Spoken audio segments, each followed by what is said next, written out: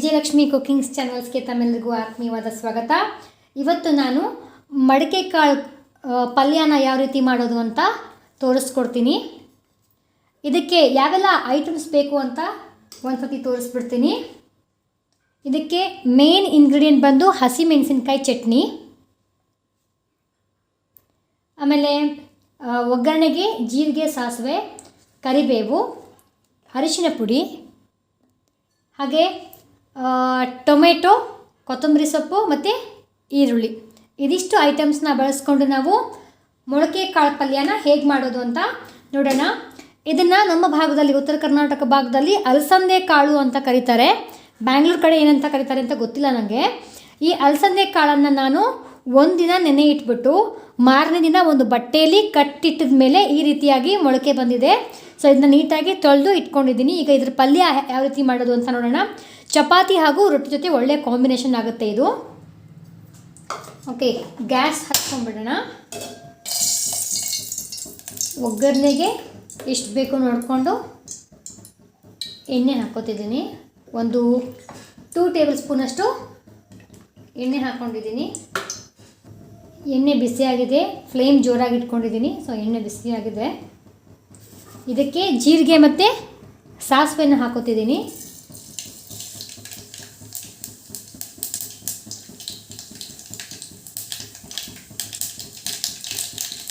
ಕರಿಬೇವನ್ನು ಹಾಕೋತಿದ್ದೀನಿ. Okay,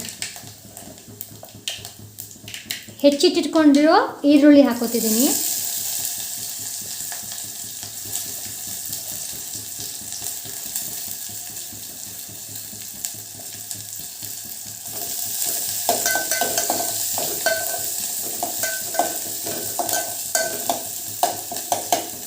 ಈರುಳ್ಳಿ ಚೆನ್ನಾಗಿ ಬೇಯಬೇಕು. ತುಂಬ ಈಸಿ ಮತ್ತು ಆರೋಗ್ಯಕರವಾದಂತಹ ಒಂದು ಪಲ್ಯ ಇದು. ಯೂಶ್ವಲಿ ಮೊಳಕೆ ಬಂದಿರೋ ಕಾಳು ಆರೋಗ್ಯಕ್ಕೆ ತುಂಬ ಒಳ್ಳೆಯದು ಅಂತ ಹೇಳ್ತಾರೆ. ಸೊ ಹಂಗಾಗಿ ಇದು ತುಂಬ ಹೆಲ್ದಿ ಫುಡ್. ಓಕೆ, ಇದು ಈರುಳ್ಳಿ ಬೆಂದಿದೆ. ಈಗ ಇದಕ್ಕೆ ಕಟ್ ಮಾಡಿ ಇಟ್ಕೊಂಡಿರುವಂತಹ ಟೊಮ್ಯಾಟೊ ಹಾಕೋತಿದ್ದೀನಿ. ಇದನ್ನು ಮೆತ್ತಗಾಗೋವರೆಗೂ ಇದನ್ನು ಸ್ವಲ್ಪ ಬಾಡಿಸ್ಕೋಬೇಕು. ಸ್ವಲ್ಪ ಅರಿಶಿನ ಹಾಕೋತಿದ್ದೀನಿ.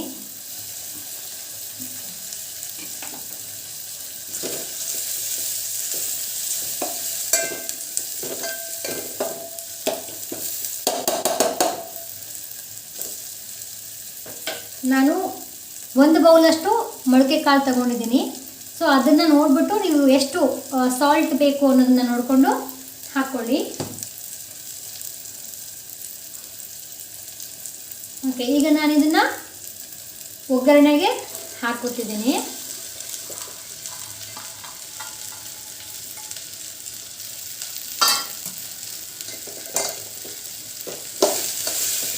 ಚೆನ್ನಾಗಿ ಮಿಕ್ಸ್ ಮಾಡ್ಕೋಬೇಕು.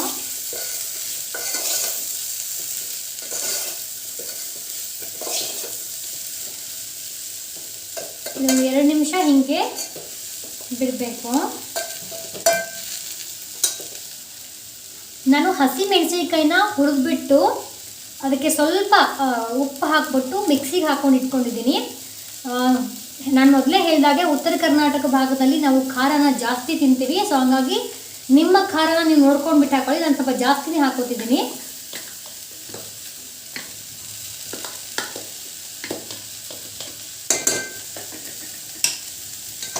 ಚೆನ್ನಾಗಿ ಮಿಕ್ಸ್ ಮಾಡ್ಕೋಬೇಕು.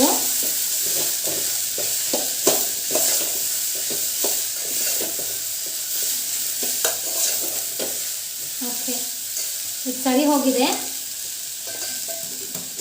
ಈಗ ಇದು ಕಾಳು ಚೆನ್ನಾಗಿ ಬೆಂದರೆ ಚೆನ್ನಾಗಿ ಟೇಸ್ಟ್ ಬರುತ್ತೆ. ಹಾಗಾಗಿ ಸ್ವಲ್ಪ ನೀರು ಹಾಕೋತಿದ್ದೀನಿ ಕಾಳು ಬೇಯೋಕ್ಕೆ.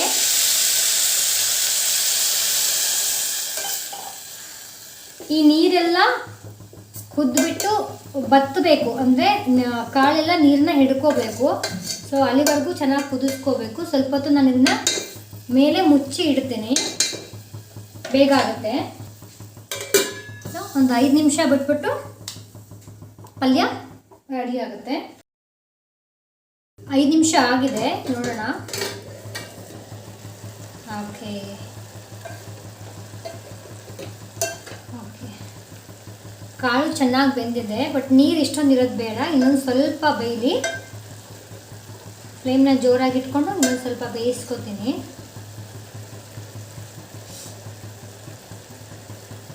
ಓಕೆ, ಕಾಳು ಬೆಂದಿದೆ. ಈ ಮೊಳಕೆ ಕಾಳು ಪಲ್ಯನೆಲ್ಲ ಸ್ವಲ್ಪ ಗಟ್ಟಿಯಾಗಿರ್ಬೇಕಾದ್ರೆ ತೆಗೆದ್ರೆ ಚೆಂದ. ತೀರಾ ಮೆತ್ತಗೆ ಕುದ್ರೆ ಚೆನ್ನಾಗಿರಲ್ಲ ಅದು. ಓಕೆ, ಪಲ್ಯ ರೆಡಿ ಆಗಿದೆ. ಇದಕ್ಕೆ ಸ್ವಲ್ಪ ಕೊತ್ತಂಬರಿ ಸೊಪ್ಪನ್ನು ಹಾಕ್ಕೊಳ್ತಿದ್ದೀನಿ. ಈಗ ಗ್ಯಾಸ್ನ ಆಫ್ ಮಾಡ್ಕೊಂಡು ಬಿಡ್ತೀನಿ. ಪಲ್ಯ ಆಗಿದೆ ಇದು. ಬಿಸಿ ಬಿಸಿ ಮೊಳಕೆ ಕಾಳು ಪಲ್ಯ ರೆಡಿಯಾಗಿದೆ. ನಮ್ಮ ಈ ವಿಡಿಯೋ ನಿಮಗೆ ಇಷ್ಟ ಆದರೆ ದಯವಿಟ್ಟು ಲೈಕ್ ಮಾಡಿ, ನಮ್ಮ ಚಾನಲ್ಗೆ ಸಬ್ಸ್ಕ್ರೈಬ್ ಆಗಿ, ವಿಡಿಯೋನ ಶೇರ್ ಮಾಡಿ. ಹಾಗೆ ಕಮೆಂಟ್ ಬಾಕ್ಸಲ್ಲಿ ನಿಮಗೆ ಈ ರೆಸಿಪಿ ಇಷ್ಟ ಆದರೆ ಕಮೆಂಟ್ ಮಾಡಿ. ನಮಗೆ ಇನ್ನಷ್ಟು ವಿಡಿಯೋ ಮಾಡೋಕ್ಕೆ ಪ್ರೋತ್ಸಾಹ ಕೊಡಿ. ಇದು ಇವತ್ತಿನ ಸ್ಪೆಷಲ್. Thank you.